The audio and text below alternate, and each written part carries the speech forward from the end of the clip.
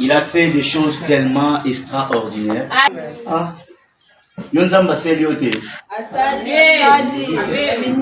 L'Éternel a fait tellement de choses extraordinaires. Moi, je le vois. Je le sens aussi. Et je marche avec ça. Mais quoi? Adonai, le Dieu créateur. L'univers est dans ta main, Seigneur. Éternel, et son nom Adonai. Adonai, le Dieu créateur. L'univers est dans ta main, Seigneur. Éternel, et son nom Adonai.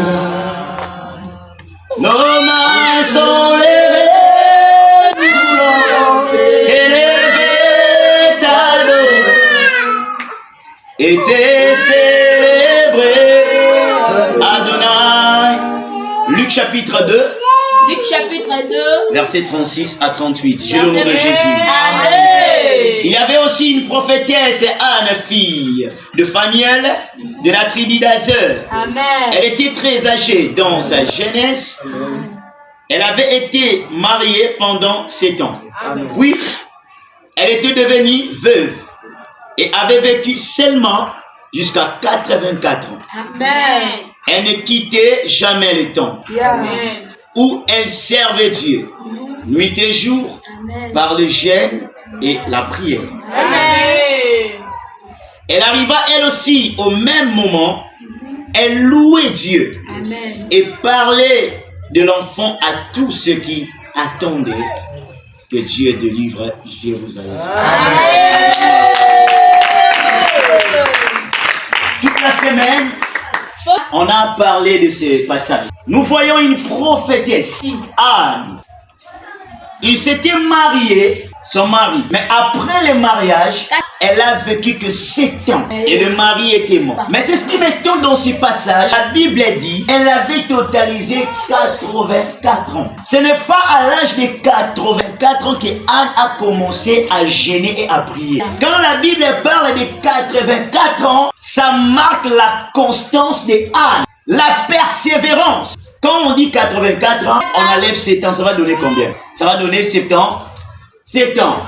Cela ne veut pas dire qu'Anne avait commencé à jeûner à l'âge de 77 ans. Lorsqu'il avait perdu son mari, elle s'est donnée. C'était donné à qui? Lorsque tu as des problèmes, tu pleures. Tu pars partout où tu vas parce que tu as des problèmes. Tu cherches des solutions. Tu vas à gauche, à droite. Mais il n'y a pas de solution. Anne avait compris. Je ne veux pas voir un autre mari. Je veux que le Seigneur console mon cœur. Que le Seigneur rétablisse la paix dans mon cœur. Il y a beaucoup dans nos églises. Nous prions Dieu. Il n'y a pas la paix. On te voit se vêtir bien. On te voit manger. Il n'y a pas la paix. Lorsque tu n'as pas la paix dans ta vie, sœurs et frères, tu n'avanceras jamais dans ta vie. Ce qui amène le grand résultat dans la vie de personnes, c'est lorsque tu as la paix. La paix, c'est le point de départ. Tout ce qu'ils ont reçu dans la vie, même dans les temps anciens, à notre époque, ils n'ont pas touché seulement au fétiche. Ils n'ont pas touché au fétiche, compris les choses. Malgré la turbulence, malgré le combat, malgré les ennemis, ils sont décidés de développer la paix. Chers frères, si tu n'as pas la paix, tu n'as pas la victoire dans ta vie. Est-ce que quelqu'un me comprend? Je vais parler aux jeunes qui sont présents. Si tu fais des grandes choses arriver dans ta vie, première de choses, bâtis ta vie dans la paix. Bâtis ta vie dans la paix. Les jeunes qui impactent aujourd'hui, ce ne sont pas des jeunes de troubles, ce sont des jeunes de paix. Mais tu verras ces jeunes de paix être combattus. Dieu ne le laisse jamais. La paix n'est pas une chose. La paix, c'est une personne. La Bible dit quoi? Les fruits du Saint-Esprit, ou les fruits de l'Esprit, c'est l'amour. Mais lorsqu'on dit le fruit de l'Esprit et l'amour, ça ne s'arrête pas là. L'amour commence à agendre. Le fruit de l'esprit, c'est l'amour. Tu vas voir la paix, la joie et tant d'autres. Tu as la paix en toi. Le Saint-Esprit va commencer à grandir. Est-ce que quelqu'un le reçoit? Lorsque tu as la paix en toi, le Saint-Esprit va commencer à grandir. Lorsqu'il commence à grandir, c'est comme un arbre qui commence à pousser. Lorsque ça aura la maturité, ça ne restera pas stérile. Il va commencer à donner les fruits. C'est-à-dire lorsque le Saint-Esprit commence à grandir en toi, il y aura des résultats meilleurs. La première des choses, nous les verrons dans ton caractère, par ton comportement, par tes habitudes. C'est ça. L'homme de paix ou une femme de paix, c'est une personne disciplinée. Donc tu marches dans les principes. Tu sais que ça je vais toucher, ça je ne vais pas toucher. Parce que si je touche un qui est mauvais, ça va détruire une destinée glorieuse. Ce que la Bible nous montre dans ce passage que nous venons de lire, c'était la consécration. La consécration. La consécration veut dire tout simplement c'est donner à quelque chose. Ici, Anne ne s'était pas donné à quelque chose, mais Anne s'était donné à Dieu. Jeune qui est là, jeune qui est là, maman qui est là, tu te donnes à qui? Merci Saint-Esprit. Il m'a dit de rectifier. Quand on parle de la vie de consécration, en d'autres termes, cela veut dire s'offrir à Dieu. C'est lui qui s'offre à Dieu, se donne entièrement à Dieu. Tu as de grandes choses en toi. Tu as des terribles dons en toi. Mais tu dors. Bref, tu es distresseur. Distrait plutôt. Tu es distrait frère. Parce que tu ne comprends pas le potentiel que Dieu a sémé en toi. Ce gène. Mais pourquoi toi jeune? Dieu compte sur toi. Mais tu rêves.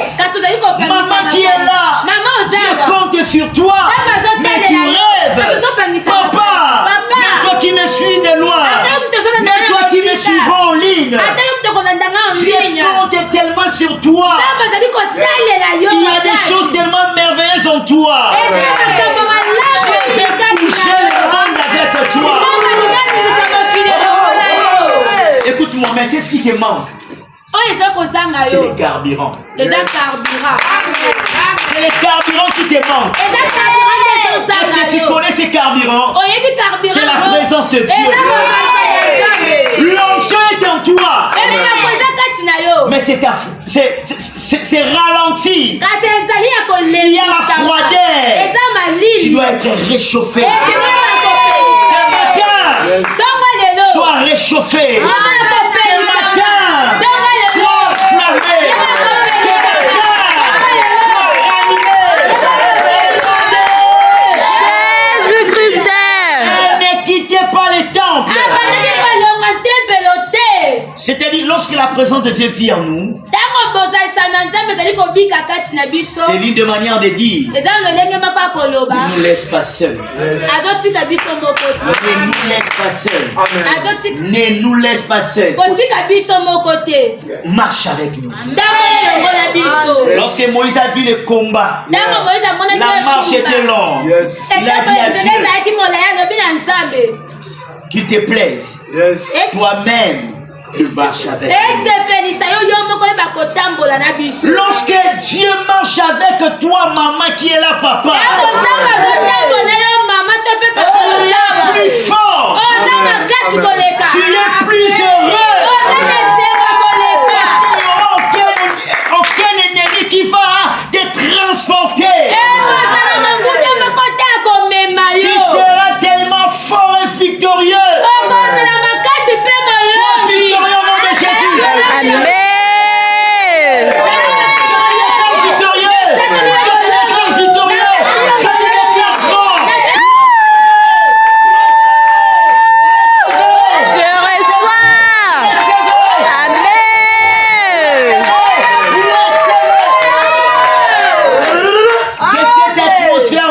avec vous. Non, j'aimerais le confesser bien. Que cette atmosphère marche avec toi. J'aimerais voir des personnes grandir dans la présence de Dieu. Car vous les avez vaincus. Du jour au jour, les dieux de mon Père envoient des serviteurs ici. Nous te prêchons. C'est bon ce que nous te donnons.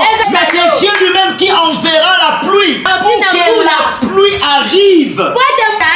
Dieu doit te voir disposé. Est-ce que quelqu'un me comprend? Mon terme de ce matin, c'est la consécration.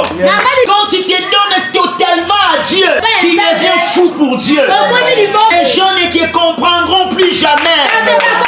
Tu deviendras un signe de la contradiction. Contradiction. Les gens vont s'étonner de toi. Mais comment celui-ci? Il a touché où? Il a dit quoi? Mais parce que tu es en Dieu, Dieu est en toi. S'il se manifeste, l'ennemi se joue de toi parce que tu laisses la place au diable, parce que tu cultives en toi les mauvaises choses, tu médites que des choses bizarres, tu es plus négatif. C'est pour ça que tu verras, tu commences les choses, ça semble marcher, après il y a le chaos. Pourquoi? La Bible dit, l'Éternel connaît la voie des justes, mais la voie de méchants ou de pécheurs mène à la ruine. Dieu de mon Père m'a envoyé ce matin pour te dire, amenez sur la voie des justes. Pourquoi dans la voie des justes? Quand tu embrasses cette voie, tu es un arbre planté, prêt, des courants d'eau.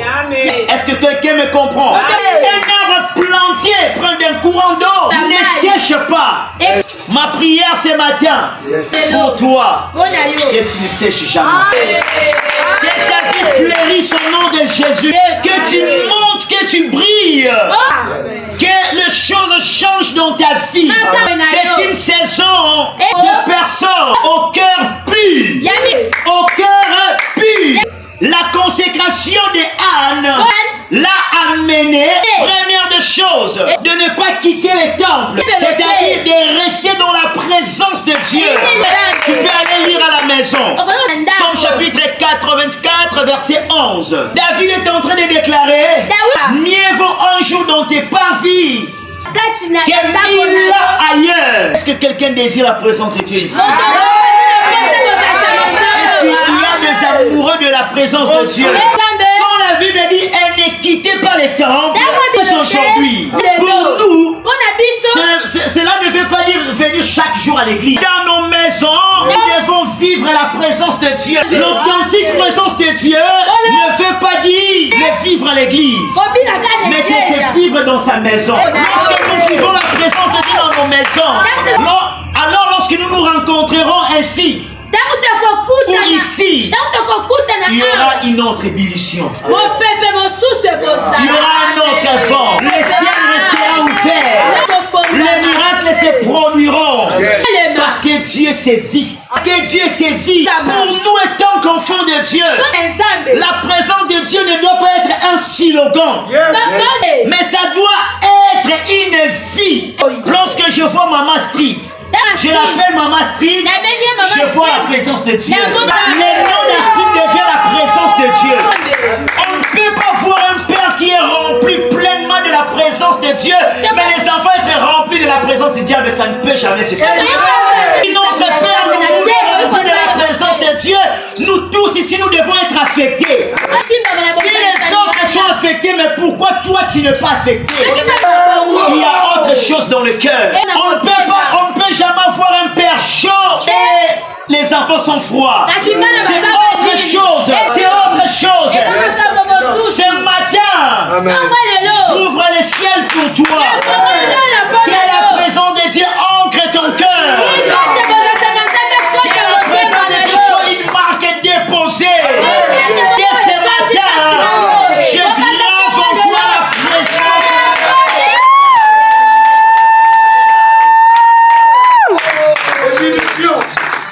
Tu vois, c'est ce qui ralentit la présence de Dieu de se manifester en toi. J'aimerais expliquer une chose. Tu vois, surtout les jeunes qui sont là, plutôt. La présence de Dieu doit couler. Pourquoi? On a la force. On est jeune. On a